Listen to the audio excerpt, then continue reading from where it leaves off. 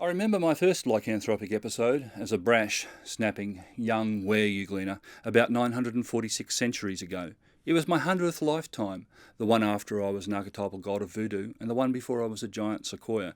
There I was, suckling and gurgling in my heroically infantile single-celled being, my consciousness genetically determined, and then the last thing anyone personally experienced would expect in typical Uglina behaviour occurred many times.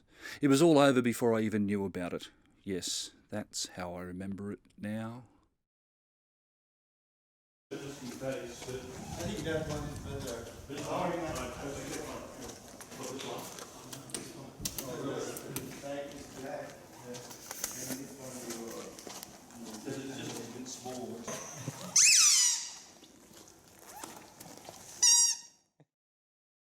One of the things I could say is that the alien abductions have helped a lot over the years. The visits have really honed my skills as an aeroplane pilot.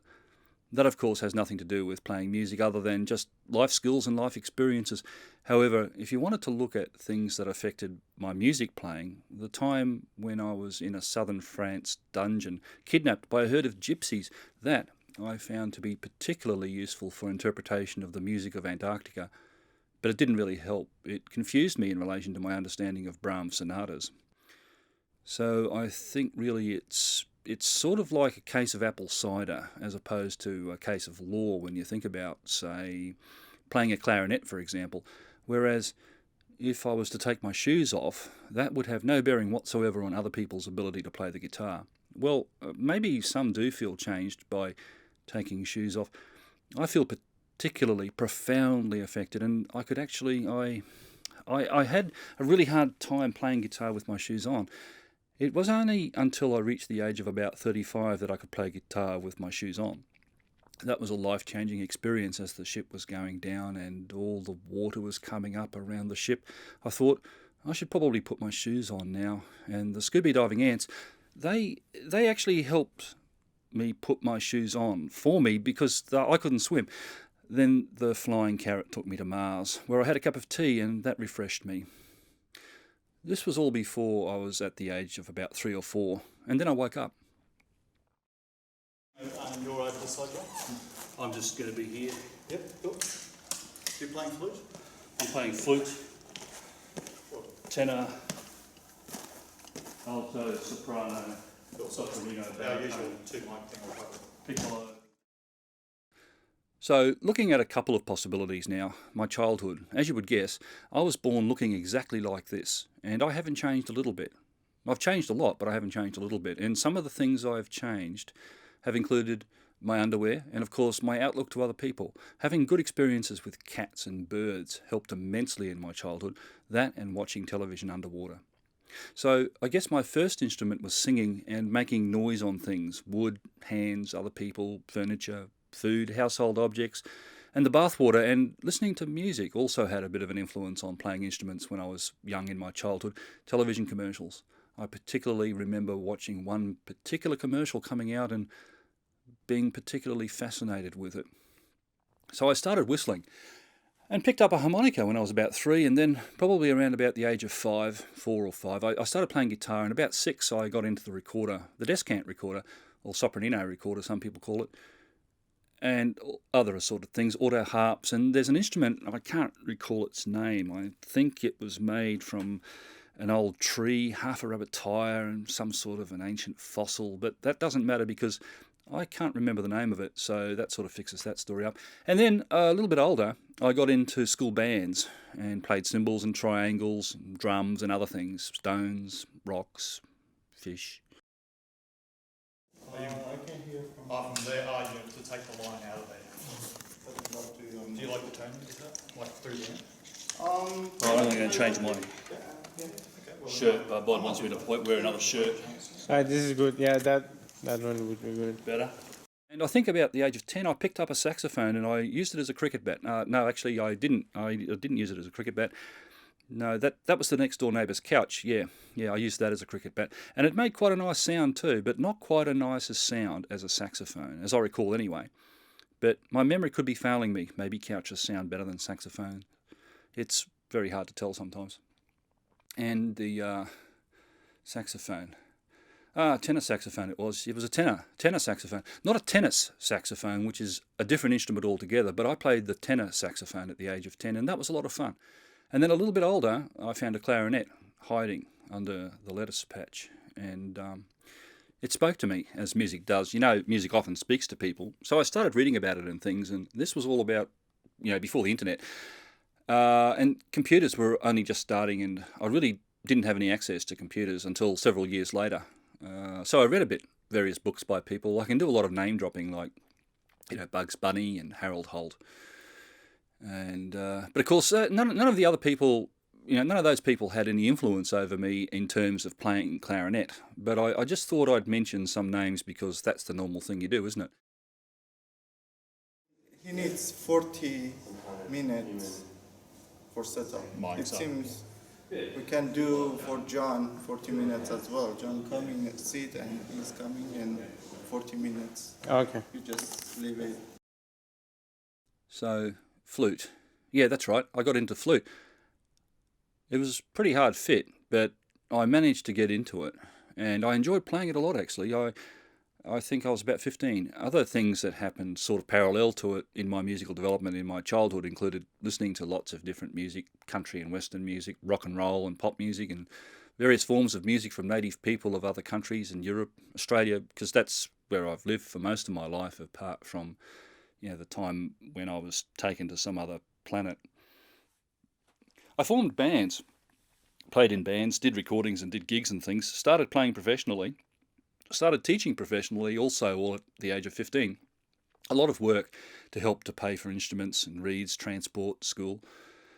I did some things at school in music, studied, read about it, used to hang around. Lots of things I just can't seem to recall. It was really all so long ago when I was young and foolish, not like now where I'm old and foolish.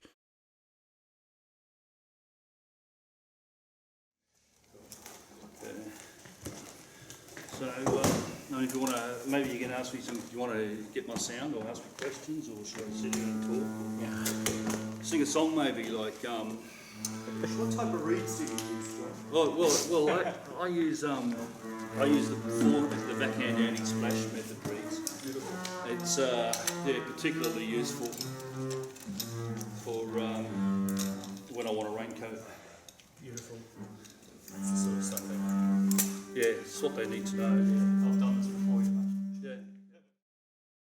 One of the things I can talk about, skipping back a few years, there was a couple of things that influenced me, various writings of people and various individuals who were alive at the time. The three really handy things I was originally told and honed up throughout my life, and I find them very important in relation to anything, but also in relation to playing music. One is to always have fun playing music and always play my best. I try to. Even when I'm playing my worst, I do my best to play as badly as I can. And also always be humble. These are three pretty handy things, and of course you can be confident and humble at the same time. So that's some of the things I get into with teaching as well, which is a big passion. It's a very major aspect of playing music and composing music and writing music. I've done a little bit of composition over the years. Haven't written any national anthems, but then again I haven't formed any countries either. Maybe one day I will, if I get rich enough. Lots of people I listened to that I enjoyed. I can do a lot more name dropping again. Winston Churchill, he was particularly good at playing his left fingernail, and Albert Einstein had quite an affinity for his moustache. He could play that thing almost as good as he could play a violin, and other people as well. I enjoyed their music. Some of them were alive, and some of them just recordings of other people playing their music long after they died. Classical music. At the risk of repeating myself, I'll repeat myself. So I went out last night to the local Asian food place, and I had the hottest curry I've ever had in my whole life.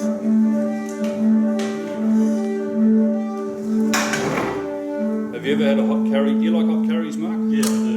Yeah. Well, I've got to recommend it. And there was seeing people live occasionally. I saw symphony orchestras and rock folk bands, jazz bands, and listened to lots of music.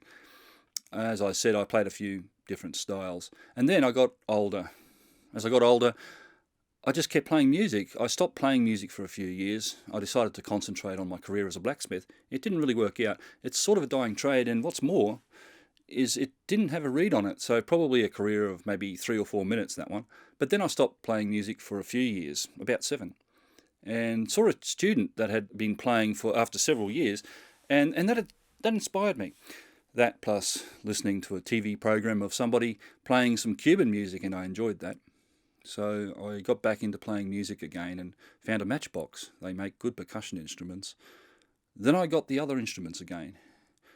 I did a few albums here and there as a sideman, backing people, a lot of woodwinds. People seem to recognise the woodwinds playing, but I've also been playing a fair bit of percussion over the years and a bit of guitars and bass guitar. It's only recently that other people are starting to realise that I play more than just things you blow, woodwinds. I'm getting a bit more into brass instruments as well, and I've really fallen in love with the double bass. Unfortunately, there are laws in Australia against marrying double basses, so I'm just going to have to play it. Violin. I really love the violin. And trombone, trumpet, other things, African and Asian instruments, flutes, percussion instruments. Somebody gave me a beautiful Asian Mexican instrument. It's a type of recorder flute thing. I can get into all the details about its harmonic series. It's probably not interesting, unless you like to bake a cake. And then talking about harmonic series becomes extremely relevant. I don't perceive that I've ever been famous, and there's probably a lot of people who would agree with that.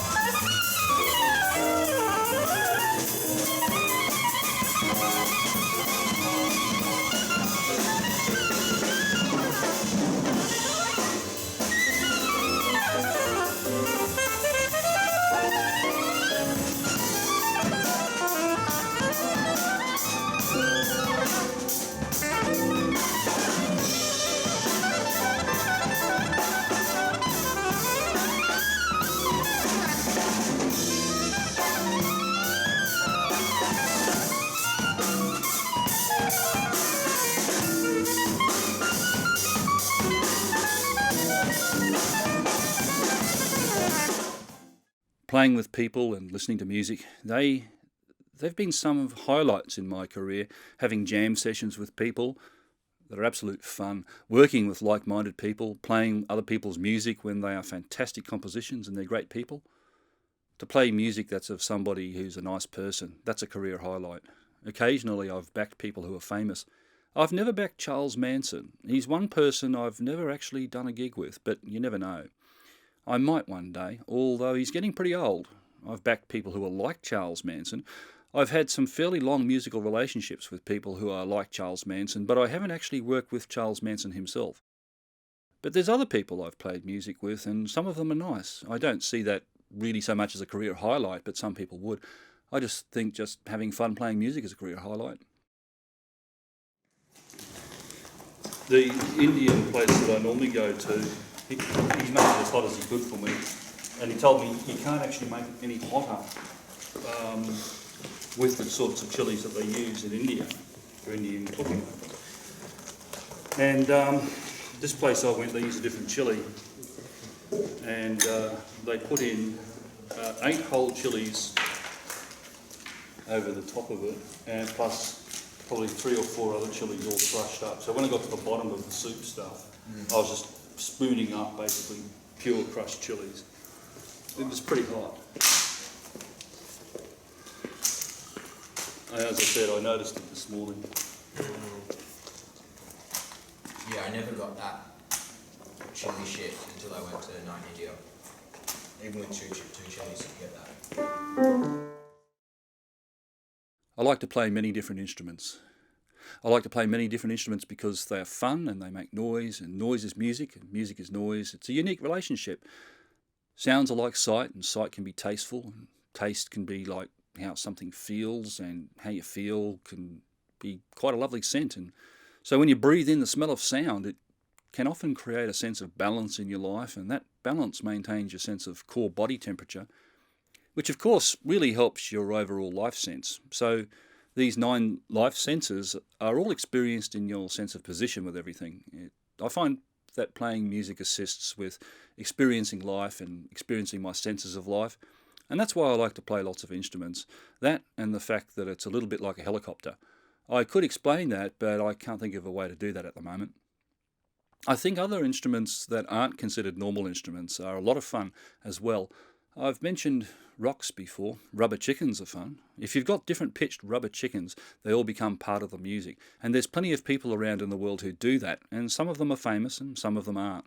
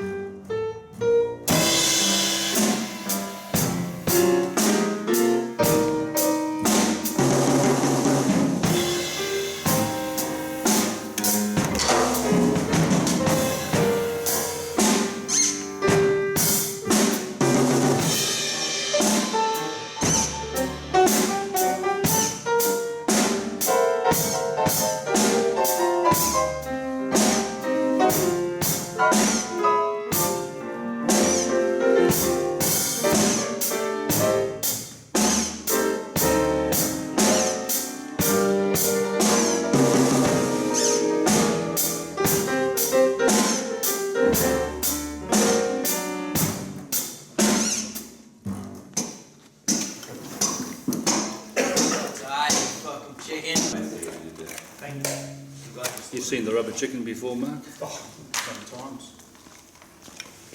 Signature sound. Yeah. Is it the first rubber chicken you've bought, or have there been many like reincarnations of the chicken?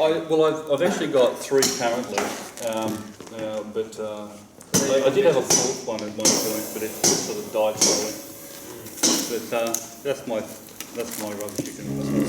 So why 3? Why not just 1? They're all different pitches. Different pitches. Where I got them from there. Have you got them playing with chord or? No, not actually, but it's only slightly different pitches. But when I was trying them out in the place, it was like a cheap dollar shop, and I just went went nuts, chasing them down. When I looked up, there were all these people just looking at me. Yeah, so there was a heavy selection process, is what you're saying. Yeah. It's cause concern. The rubber chicken industry is kind of fascinating. Yeah. What we need is Another rubber chicken. No. You know the.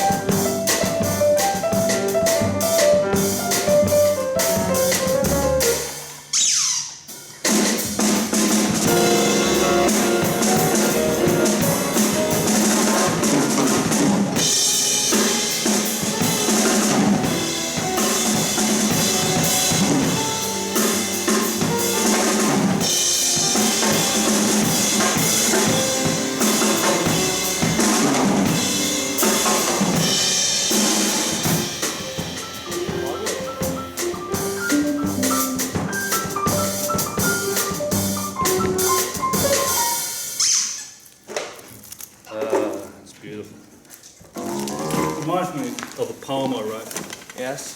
once. It's called Rubber Chickens. It goes like this. Guys, please turn off your mobile. Yeah, it's called Rubber Chickens, Rubber Chickens, Rubber Chickens, Rubber Chickens. Rubber Chickens, Rubber Chickens, Rubber Chickens. Rubber Chickens, Rubber Chickens, Rubber Chickens, Rubber Chickens. Rubber Chickens, Rubber Chickens, Rubber Chickens. Maybe tomorrow, Rubber Chickens. Maybe never, Rubber Chickens. Never, never. Rubber chickens, rubber chickens, rubber chickens, rubber chickens. Yeah, I've got a short. Rubber chickens, rubber chickens, rubber chickens.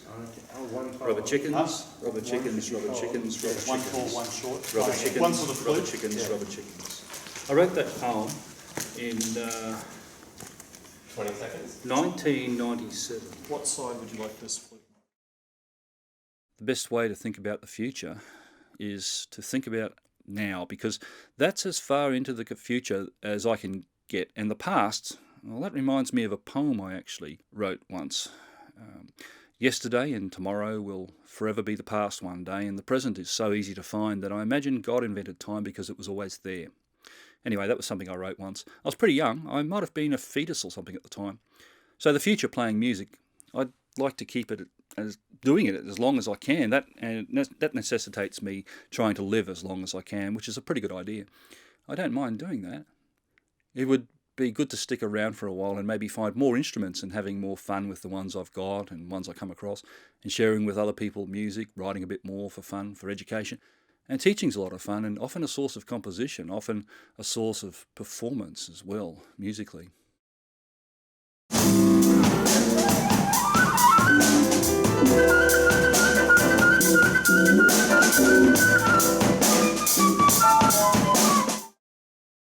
I've never really been a fond observer of grass growing.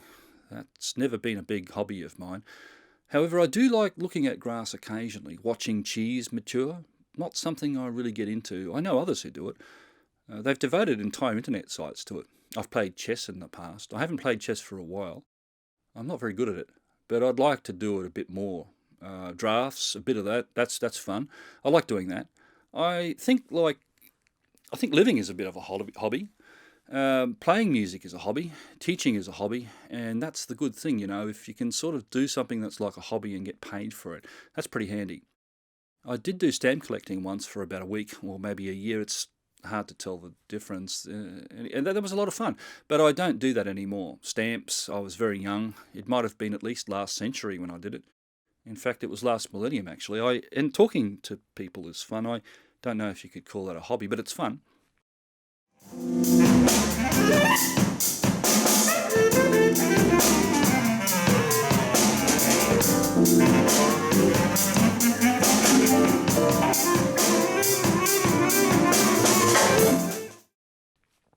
I'm not really a big believer in becoming self-absorbed in the deepest aspect of philosophy and religious engagement and any other form of effort towards intellectualization.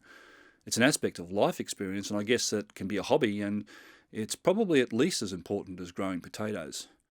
I've done that in the past, not so much as a hobby, but sort of like a hobby, but it wasn't, if you know what I mean.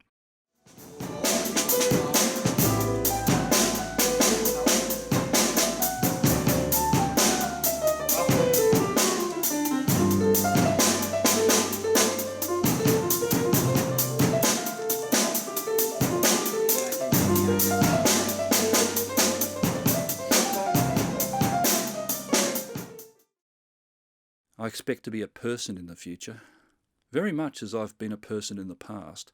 Maybe a different person as I perceive it, but still, I think the connection between my life at any point in time is as constant as it's inconsistent. I like to drink lots of water.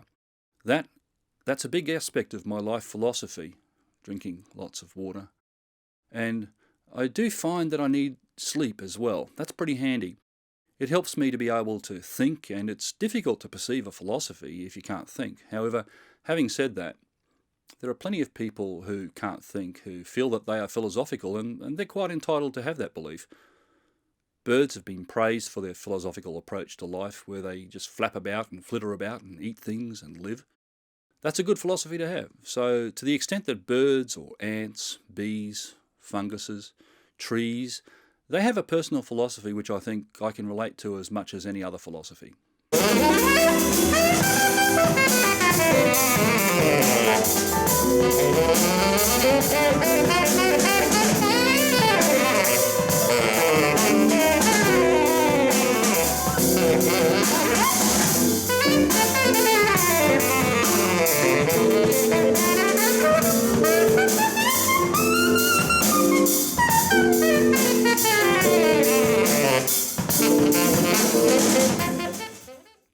It's like jazz. What's jazz? What's music? These things are intangible. It's all very transient, which is a good thing. I like to look at as many different sounds as possible on each instrument, and I like looking for many different instruments to get many different sounds, and the idea of getting a unique sound is always to give to the music what the music needs, whether that be a loaf of bread or an avocado. If it's important to play music as though it needs a loaf of bread, then you need to do that. Well, I think you do anyway. But what other people will do is entirely their own business. I just like to have fun playing music and giving to it what I can contribute. So, as far as getting a unique sound goes, each song, each piece, each instrument, they all have a unique sound that are there at the time, and then the next moment maybe a different sound is needed. It may only be very subtle from playing, say, a traditional piece written by a composer in the last few years of an instrument like clarinet and computer or something. Then each time I play it, there'll be some similarities and some differences, and I think that's what makes up a unique sound, rather than looking for some sort of a stereotyped, contrived timbral harmonic model.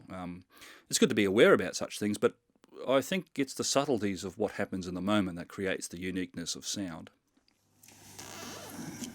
That's just for you, James.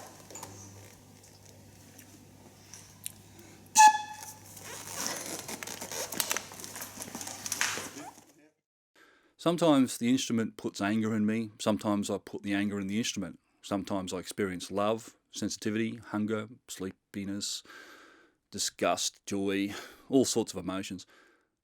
The arts have that effect of being able to reflect life, and sometimes the arts have the effect of being able to transform life, and playing music in response to a painting, or painting in response to hearing music, those things are quite similar to sitting on a chair.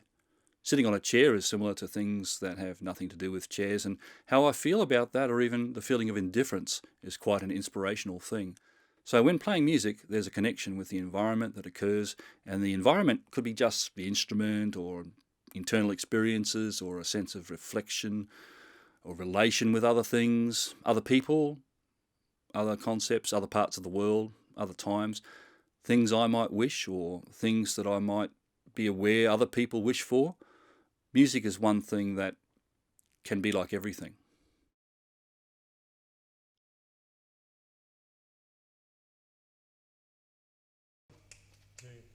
One, two, three, four.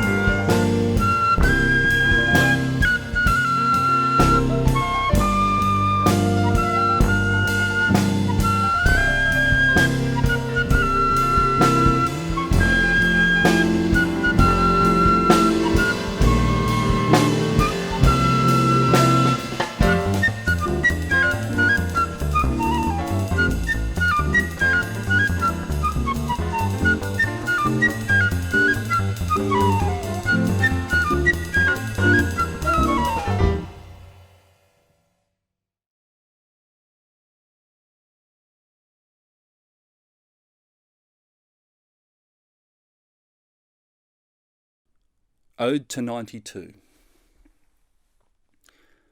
you want to hear it again? Ode to 92. Do you want to hear it again? Ode to 92.